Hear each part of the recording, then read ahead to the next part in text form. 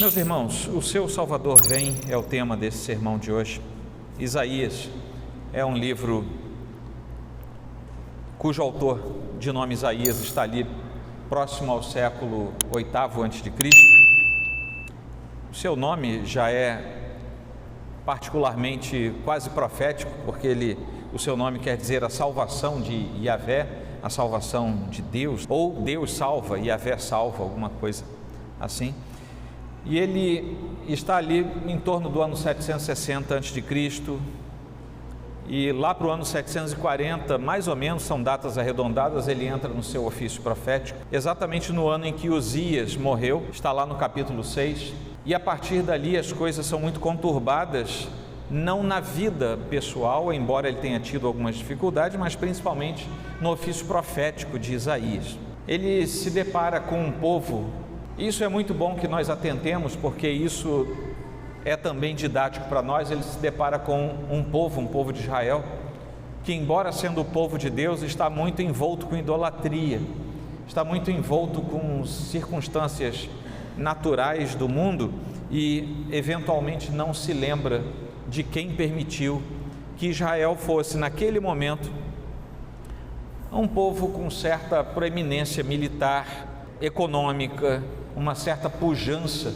Sabe o mercado, né? Todo mundo diz, o mercado agora está bom, está bombando. Pois é, o mercado lá em Israel naquele tempo estava bombando. A bolsa de valores de Jerusalém devia estar disparando, passando dos 100 mil pontos todo dia. Mas o fato é que muitas vezes, quando nos encontramos bem nas coisas da vida, nós nos deixamos levar para circunstâncias que nos distanciam de Deus, e assim estava o povo de Israel. Quanto mais Israel e Judá, os dois reinos, viviam aquela expansão financeira e militar, mais Deus era deixado de lado. E nós precisamos ter cuidado para que isso não aconteça conosco. A igreja muitas vezes reflete bastante o que aconteceu com o povo de Israel no Antigo Testamento, e nós temos que ter cuidado com isso. Naquele tempo, o dinheiro e talvez também o poder eram os dois maiores ídolos no coração do povo de Israel, e hoje continuam sendo ídolos bastante atuantes, tanto o poder quanto o dinheiro. Dizem por aí que para além do dinheiro, se você quer testar o caráter de alguém, deixe poder na mão dele e você vai saber o que é essa pessoa de dentro para fora. Mas o fato é que nos últimos 10 capítulos, estamos falando aqui dos capítulos 56 a 66, Isaías propõe uma nova fase a partir da sua fala profética, uma fase escatológica em que ele propõe, a partir da mensagem de Deus, que as pessoas haverão de se voltar para Deus e voltar a conhecê-lo, ou quem sabe conhecê-lo pela primeira vez, reconhecendo na plenitude Deus como o único Senhor. Só que ouvir promessas é muito efusiante quando você está no fundo do poço, e agora Israel já estava mergulhando no poço, porque depois daquela pujança financeira e militar, Israel agora já vinha experimentando também uma certa angústia por causa do que cercava o povo. Mas no meio de dificuldades, você ouvir promessas que são muito intensas, ou você acredita que vem da parte de Deus, ou você acredita que é um engodo só para você ficar um pouco mais feliz. E talvez as pessoas vivessem esse binômio naquele tempo. Mas as promessas de Deus certamente representavam, naquele momento, um teste para a fé do povo de Israel. Um povo com um orgulho ferido, depois de ter experimentado elementos tão alvissareiros, agora estava com o seu orgulho ferido, e tendo o seu orgulho ferido, começa a ouvir as promessas de soerguimento da parte de Deus. No capítulo que eu li para vocês, o comecinho deles, do capítulo que eu não li, os primeiros 5 versículos, nos mostra o deleite naquele lugar que antes estava abandonado. E os versículos que eu li para vocês mostram 3 razões pelas quais Israel deveria permanecer firme, crendo nas promessas de Deus, alimentando a sua esperança no Senhor, porque as promessas estavam para se cumprir. E juntamente com Israel ali se confirma também a promessa de que um dia até estrangeiros haveriam de ter uma vida diferente por conhecerem Deus e por serem alvo do cumprimento da promessa do Senhor. E é assim que nós vamos ver 3 pequenos elementos nesse texto, em lembrança também ao fato de que tudo isso só foi possível porque um dia, no tempo e na história, o Senhor Jesus nasceu entre nós, aquilo que estamos celebrando nesta noite de Natal. A primeira coisa é que nos versículos 6 e 7, sobre as suas muralhas, ó Jerusalém, pus guardas, que jamais se calarão, nem de dia nem de noite. Vocês que farão com que o Senhor se lembre, não descansem, nem deem a Ele descanso, até que restabeleça Jerusalém e a ponha por objeto de louvor na terra. Somente o Senhor tem respostas. E diante de tudo isso que eu falei aqui na introdução para vocês, há guardas sobre as muralhas de uma cidade fortificada que muitas vezes temia a invasão, e esses guardas jamais se calavam em anunciar que em Deus estão todas as respostas. A partir daquilo que nós entendemos no texto hebraico, é como se nós estivéssemos lendo aqui: todo dia e toda noite jamais ficarão em silêncio. São esses guardas, os guardas que jamais se calarão, nem de dia nem de noite. Ao pé da letra, o texto está dizendo: sobre as suas muralhas, ó Jerusalém, eu pus guardas que todo dia e toda noite jamais ficarão em silêncio. E as linhas seguintes do texto sugerem que eles permaneceriam todo o tempo em oração para que Deus interviesse em caso de necessidade, em caso de calamidade, e restaurasse a cidade. Depois você pode ver um espelhamento disso lá em Tiago 4:2. Mas o fato é que Deus está dizendo para uma Jerusalém que precisava recuperar a sua esperança: eu coloquei guardas sobre os muros, e o dia todo, a noite toda, eles estão clamando, eles não ficam em silêncio, e quando eles falam comigo, eu que sou Deus e que guardo vocês. Os filhos do Senhor são então instados a partir daqui a não desanimar jamais, porque jamais o Senhor tem os seus ouvidos fechados para a oração dos seus filhos. Jamais podemos deixar de pedir ao Senhor que Ele nos conduza a um lugar de refrigério, de renovo, de restauração e de honra ao Senhor.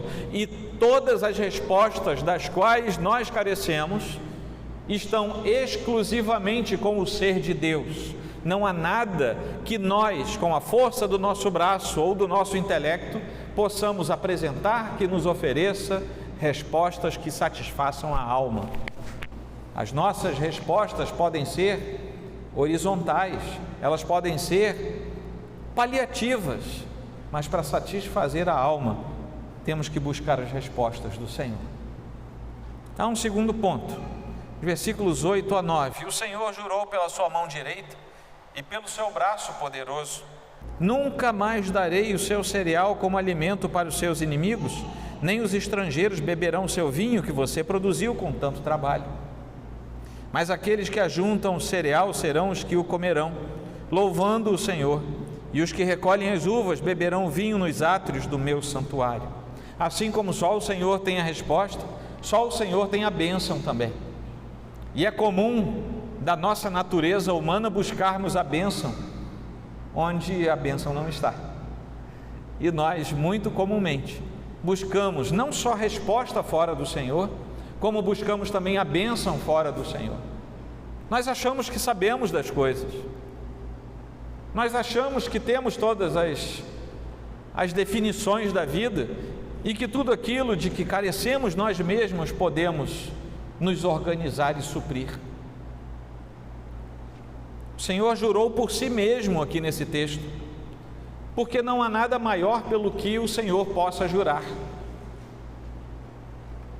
Isso, na linguagem bíblica, principalmente no Antigo Testamento, quer dizer: isso é absolutamente verdadeiro, porque não apenas foi o Senhor quem disse, como Ele jurou pelo seu próprio nome, ou seja, nada há neste universo que possa contrapor ou contradizer aquilo que o Senhor mesmo fez, falou e disse que faria. O Senhor fará o seu povo abençoado por duas razões: para que o povo abençoado possa adorar ao Senhor. É isso que nós fazemos, por exemplo, de forma prática, quando trazemos nossos dízimos e ofertas. O Senhor abençoa você e você pode adorar ao Senhor também dessa forma. E o segundo motivo é para que o povo, sendo abençoado pelo Senhor, possa também se alegrar nos átrios do Senhor, que é o que nós fazemos quando nos reunimos em congregação. Nós chegamos aqui para sermos servidos pelo Espírito do Senhor, a fim de sermos acrescidos de algo que Deus nos dá, graciosamente, e que assim nós possamos nos alegrar comunitariamente, congregacionalmente, como corpo do Senhor, diante dele nos seus átrios. Vejam que lá em Deuteronômio nós lemos assim: beberão vinho nos átrios do meu santuário. Aqui Isaías diz isso, porque lá em Deuteronômio nós vemos assim: nas suas cidades vocês não poderão comer o dízimo do cereal, nem do vinho, nem do azeite, nem dos primogênitos, das vacas e das ovelhas, nem nenhuma das ofertas que tiverem prometido, nem as ofertas voluntárias, nem as ofertas que vocês prepararam. Essas ofertas só poderão ser comidas diante do Senhor seu Deus, no lugar que o Senhor, o Deus de vocês, escolher. Isso se aplica a vocês, a seus filhos e filhas, a seus servos e servas e aos levitas que moram nas cidades onde vocês vivem. Vocês se alegrarão diante do Senhor seu Deus em tudo o que fizerem. Quando Isaías fala a respeito de estarmos na presença dele, bebendo vinho na presença do Senhor, o que tem uma forte conotação da alegria que o Senhor prometia, ele está dizendo, só que isso tem uma forma de acontecer, isso não é de qualquer jeito, não é onde você quer, isso é quando você junta tudo que o Senhor permitiu que você juntasse, vai até onde estão os seus irmãos, no lugar que o próprio Deus determinou, e lá sim façam isso juntos. Há coisas, meus irmãos, que não é possível fazermos na solitude da nossa casa, e é por isso que o Senhor nos dá uma família para congregarmos com ela. Só que nós entendemos que só o Senhor tem as respostas e só o Senhor tem a bênção, mas para que isso se torne possível, há um terceiro ponto: passem pelas portas. Preparem o caminho para o povo, diz Isaías a partir do versículo 10. Aterrem a estrada, tirem as pedras, levantem um estandarte para os povos. Eis que o Senhor fez ouvir até os confins da terra estas palavras. Digam à filha de Sião: eis que vem o seu Salvador. Com ele vem a sua recompensa e diante dele vem o seu galardão. Eles serão chamados de povo santo, remidos do Senhor. E você, Jerusalém, será chamada de procurada, cidade não abandonada. Só o Senhor tem as respostas e só o Senhor tem a bênção. Só que para nós chegarmos às respostas e à bênção do Senhor, é necessário entender também que só o Senhor tem a salvação.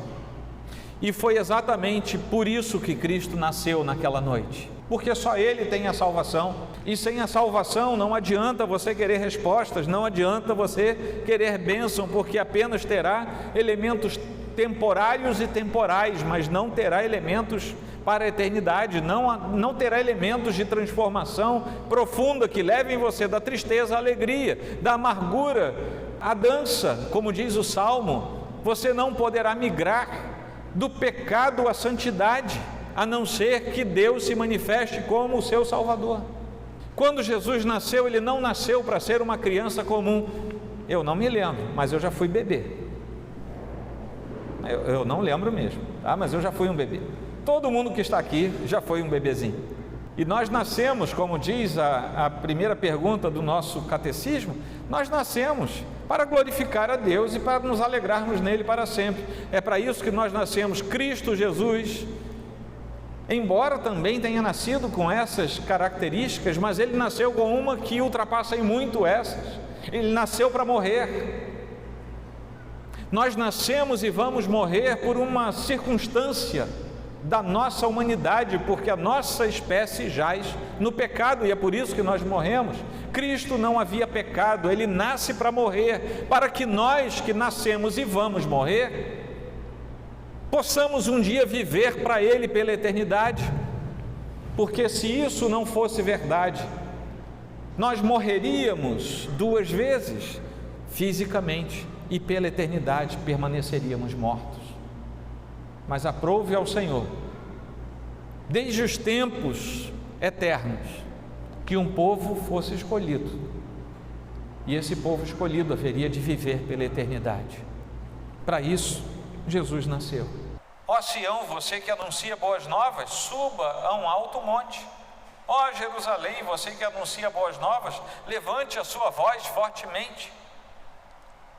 Levante-se, levante-a, não tenha medo, diga às cidades de Judá: eis aí está o seu Deus. Isaías 40, versículo 9. E esse é o Deus prometido que era pregoado desde tempos imemoriais. Nós estamos falando aqui de 700 e poucos anos antes daquela criancinha nascer e ser colocada na manjedoura. É Deus prometendo cuidar dos seus filhos que estavam dispersos como ovelhas que não têm pastor. E hoje ainda há uma infinidade de ovelhas do Senhor que ainda não conhecem o seu pastor e continuam como ovelhas que não têm pastor. Compete à igreja de Cristo continuar dizendo: o pastor já veio, ouça a sua voz, porque o dia que a ovelha ouvir a voz, vai entender quem é o pastor e vai andar atrás dele. Mas como o Senhor haveria de prover as respostas e as bênçãos de que o povo precisava naquele tempo e que nós precisamos hoje? A resposta para tudo isso está na salvação. Somente os salvos estão sob a garantia de Deus, de que bênçãos eternas haverão de pairar sobre a sua vida. Somente os salvos estão sob a garantia de Deus, de que respostas eternas estarão no seu coração. A humanidade não se contenta, porque ela não consegue as respostas mais triviais.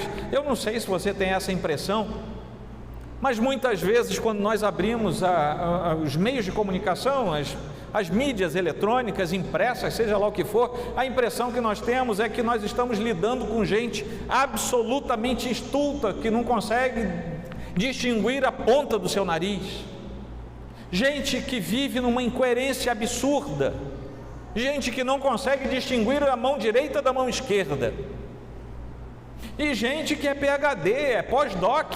Eu não estou falando de gente simples como nós. Gente que fala A e fala Z como se fossem as mesmas coisas. Vivemos tempos absolutamente complexos em termos de cognição humana. Mas eu vou contar algo pior para vocês. Isso não é de agora, isso sempre foi assim. É muito provável que o apóstolo Paulo um dia tenha sentado lá do lado de Barnabé, de Apolo, não sei de quem, falado: rapaz, como esse povo está ruim de entender as coisas. É bem provável que Isaías, que andava ali pela corte de Uzias, e depois ele se manteve, Isaías era de origem nobre, é bem provável que ele tenha falado para algum daqueles nobres: rapaz, você já viu como o povo não entende nada? Graças a Deus a gente está em Israel, porque Israel ainda entende alguma coisa. Porque não há respostas plausíveis na natureza humana que satisfaçam a alma. E o que Isaías está dizendo é que alguém viria para resolver essas questões, alguém viria para dar respostas, alguém viria para trazer bênção, alguém viria para trazer equilíbrio, alguém viria para dizer: eu estou garantindo que vocês vão chegar no final de tudo como filhos de Deus. E o anúncio do Evangelho passa a ser a tônica que leva essa mensagem a todas as pessoas. Esse anúncio do Evangelho se fez ouvir em toda parte, em toda a terra, a começar do fato de que, tendo nascido Jesus, já começaram a espalhar a notícia. Olha, tinha uma estrela, alguns magos vieram do Oriente, eles ouviram falar alguma coisa, eles estudaram alguma coisa, e os pastores saíram correndo para dizer: Jesus nasceu.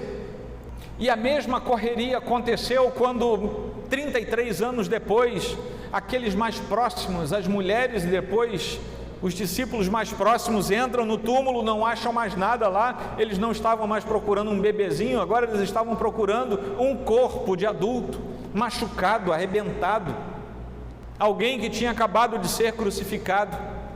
E foi a mesma coisa: sai correndo porque ele não está aqui dentro. Alguém tem que contar para todo mundo que Jesus não está mais ali. Alguém tem que contar para todo mundo que Jesus nasceu, e depois alguém tem que contar para todo mundo que Jesus ressuscitou. E agora a igreja tem que contar para todo mundo que Jesus cumpriu o seu ministério. E é isso que nos garante a bênção, é isso que nos garante a resposta, e é isso que nos permite, como igreja do Senhor, dizer para o mundo: eis aí vem o seu Salvador, ele está chegando. O Salvador não é o bebezinho, o Salvador é o bebezinho que cresceu, andou,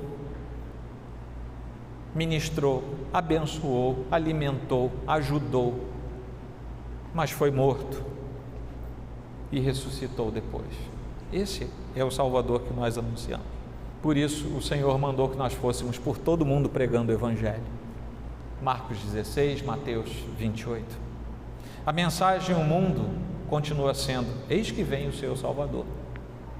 Um Salvador que nasceria de uma mulher, uma virgem, saindo da adolescência, talvez aí seus 15, 16 anos, que deu à luz ao Salvador para que a salvação que estava em Deus fosse transmitida àqueles que o próprio Pai já tinha predestinado lá na eternidade pretérita.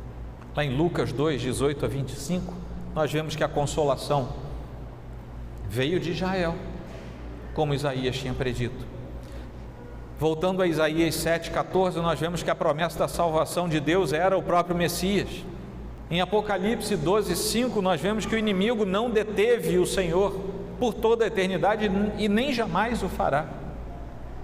Lá em Miqueias 5, fala que a salvação traz a resposta de paz para todos nós. E o resultado de tudo isso é um povo diferente. É um povo santo. É um povo que é composto por aqueles que são remidos do Senhor. E foi dessa forma que Deus proveu a salvação aos seus filhos, judeus e gentios, homens e mulheres, nobres e simples, senhores e servos, gente de toda tribo, língua, povo, nação, que um dia estará junto para todo sempre, porque no Senhor, que traz a salvação, obteve também as respostas e obteve também toda a bênção de que precisava. Amém, queridos? Apenas algumas aplicações, tanto o vazio do homem natural quanto o vazio do homem espiritualmente falando, encontram exclusivamente em Deus a resposta para tudo que precisa. Não há outro lugar, não há outra possibilidade. Somente os filhos de Deus encontram satisfação plena em tudo aquilo que buscam. Segunda aplicação é que Deus nos provê a salvação em Cristo Jesus e apenas nele, e essa salvação é aquela que nos traz a paz, porque sem a salvação não há paz. É mais uma das coisas que somente se obtém em Cristo Jesus. E a paz estava sobre o menino que nasceu, estava sobre o Deus homem, Deus encarnado entre nós, estava sobre o Senhor lá na cruz, recebendo sobre ele a nossa angústia a fim de que nós tivéssemos paz. Terceira aplicação é que nas palavras do próprio profeta Isaías, foi a angústia, foi a agonia do Senhor que nos trouxe a paz, quando ele diz: ele foi traspassado pelas nossas transgressões e foi moído pelas nossas iniquidades. O castigo que nos traz a paz estava sobre ele.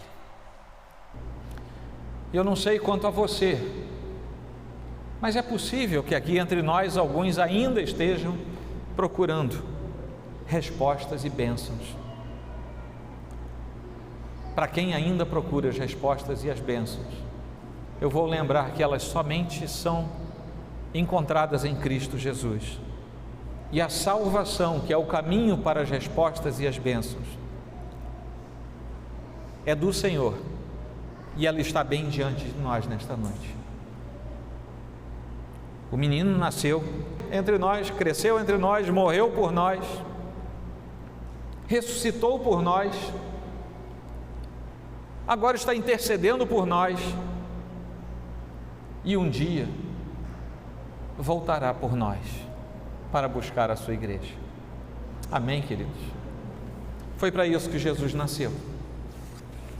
É por isso que todos os anos nós paramos para nos lembrar que aquela criancinha nasceu com uma missão, nasceu para morrer. E por causa disso nós estamos aqui nesta noite. Que Deus abençoe você